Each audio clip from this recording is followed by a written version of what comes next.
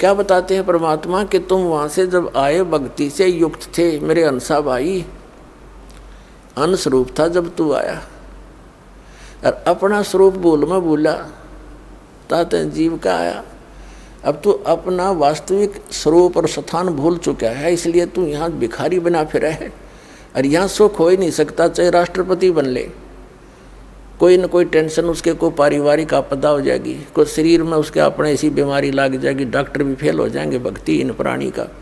क्योंकि पूर्व जन्म के पुण्यों से उच्च पोस्ट पद प्राप्त करता है, अच्छा धन प्राप्त करता है, क्योंकि पहले जन्मों की बैटरी चार्ज है। आगे चार्जर ना लगने से बैटरी कितने दिन काम करेगी, एक दिन उसने अपना काम छोड़ना ही छोड़ना है। ऐसे बहुत से प्रमाण हैं। अंत समय में कैसी हालत हुई प्रधानमंत्री और राष्ट्रपति और मुख्यमंत्रियों की। तो कहने का भाव ये है, भगवान के सब बच्चे हैं, परमात्मा प्रमुख है, उसको हम भूल चुके हैं। उसकी याद दिलाने के लिए ही संत और सत्संग हुआ करते हैं। अब प्रसंग चल रहा है कि हम सतलोक से आए जब बहुत भक्ति से परिपूर्ण थे, इसने हमें लूट लिया। अब दयालु ने दया करी है, आपको उतना ही चार्ज करेंगे जितने आप वहाँ से चार्ज होकर आए थे। भक्ति की कमाई अति आवश्यक है। एक कई सरफरे संत कहते हैं, एक विशेषकर उनको नास्तिक समझना चाहिए जिनके ऐसे विचार हैं। भक्ति की आड़ में, वो आस्तिक की आड़ में नास्तिकता का बीज बो रहे हैं। दास ने इन सब के लिटरेचर पढ़े, कबीरपंथी संतों के भी पढ़े, सभी धर्म गुरुओं के अन्य धर्मशास्त्र पढ़े। तो उनमें दास ने क्या पाया कि जो लोकवेद प्रत्येक धर्म में चल रहा है उसके हटकर ज्ञान सदग्रंथों में है। और सदग्रंथों के ज्ञान बिना जो हम सुन और कह रहे हैं, सुना रहे हैं, वो सारा लोकवेद है, दंत कथा है, व्यर्थ है, उसका यूज नहीं।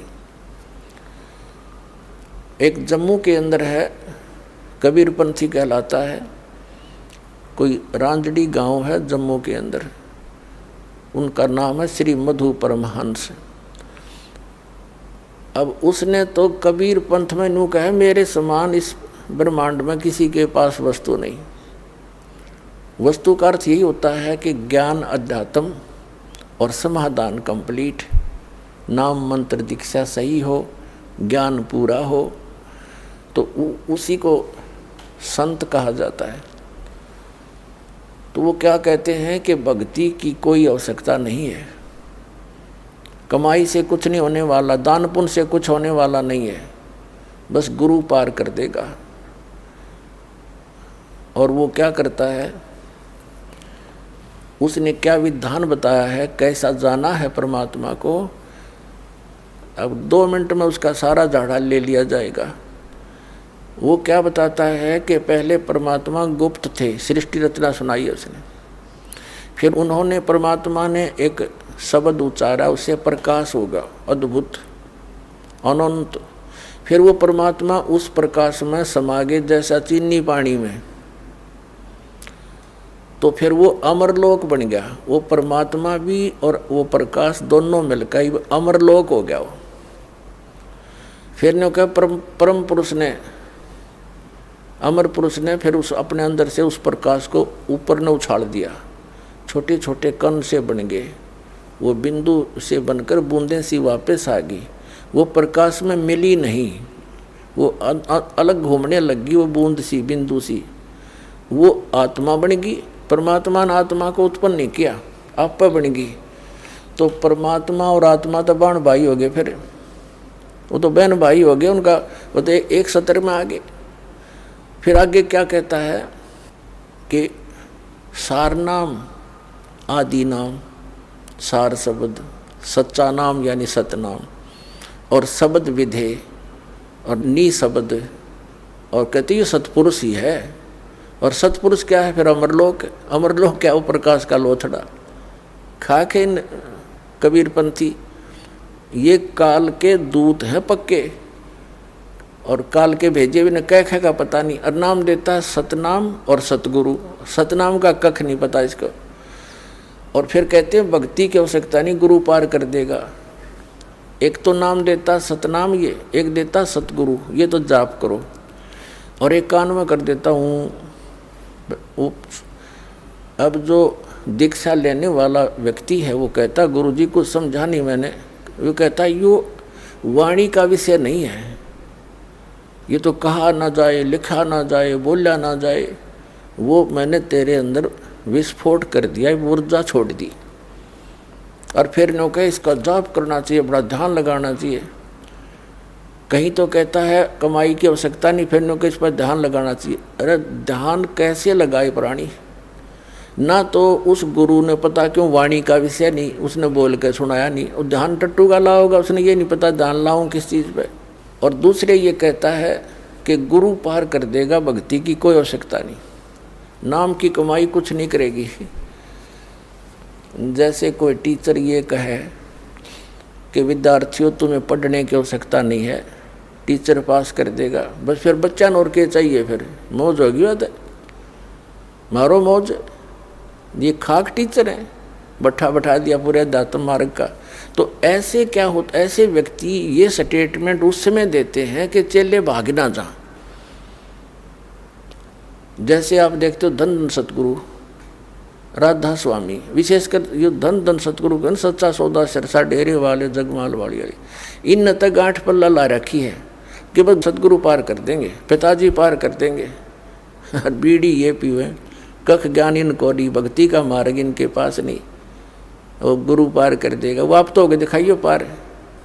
अब शिवदयाल पार हुआ नहीं, भूत बना बैठा उसमें बुक्की में, जो इनका हेड ऑफ द डिपार्टमेंट। अब बाकी कहाँ जाएंगे? दास का उद्देश्य किसी को मिसगाइड करना नहीं, बिल्कुल राह बताने का उद्देश्य रखता हूँ। फिर पछताओगे। कहते हैं ये संसार समझदा नहीं, कहंदा श्याम दोपहरे नू, गरीबदास ये वक्त जाते रोगे इस पैरे नू। इस समय ने याद करके रोगे। मनुष्य जीवन अनमोल बर्बाद हो रहा है, एक एक सांस की कितनी कीमत हम व्यर्थ खो रहे हैं बालकों की तरह। तो ज्ञान से आप जागरूक होगे और उनसे फिर पीछा छुटवाओगे। तो इस प्रकार ये भक्ति का बट्ठा बैठाने के लिए काल ने ये एजेंट छोड़ रखे हैं। और दास एक पूरे विश्व में सब मिसगाइड करने वाले, लेकिन सत्य और समर्थ, सत्य के अंदर इतना ताकत होती है और समर्थ हमारे साथ है कबीर जी। ये पूरे विश्व में जाएगा, सारा संसार जानेगा और जागेगा, मोक्ष कराएगा, सुखी होगा।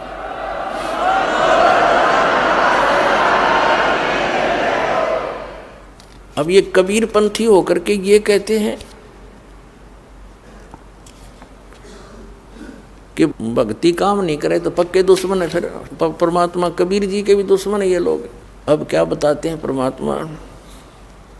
कबीर साहब सुमन के अंग में कितनी महत्वपूर्ण वाणी बोली है मालिक ने।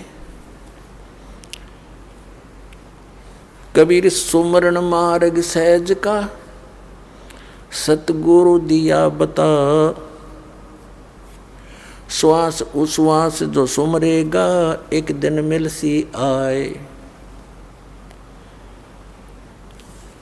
कबीर माला श्वास उश्वास की, फेरेंगे निजदा से, 84 भर में नहीं फिर कटे कर्म की फांसी। अब कबीर परमात्मा तो कहते हैं कि माला श्वास उश्वास की, ये असली माला श्वास उश्वास के मंत्र की है। 2 अक्षर का मंत्र है जिसमें एक ओम है, एक तत्, ये गुप्त है, जिसको प्राप्त हो चुका उसको ज्ञान है। तो माला श्वास उश्वास की, ये सिमरन करना है, जाप करना है इसका, सतनाम का। फेरेंगे निज दास से, यानी विशेष भक्त ही इसको पहचाने और प्राप्त करेंगे। 84 भर में नहीं फिर कटे कर्म की फांस। कबीर सुमरण सार है और सकल जंजाले, आद अंत मद सो दिया, ये दूजा देखा ख्याल। बाकी तो सोपन ले रहे हैं, ऐसा वैसा करने से, इसके अतिरिक्त कुछ नहीं होगा।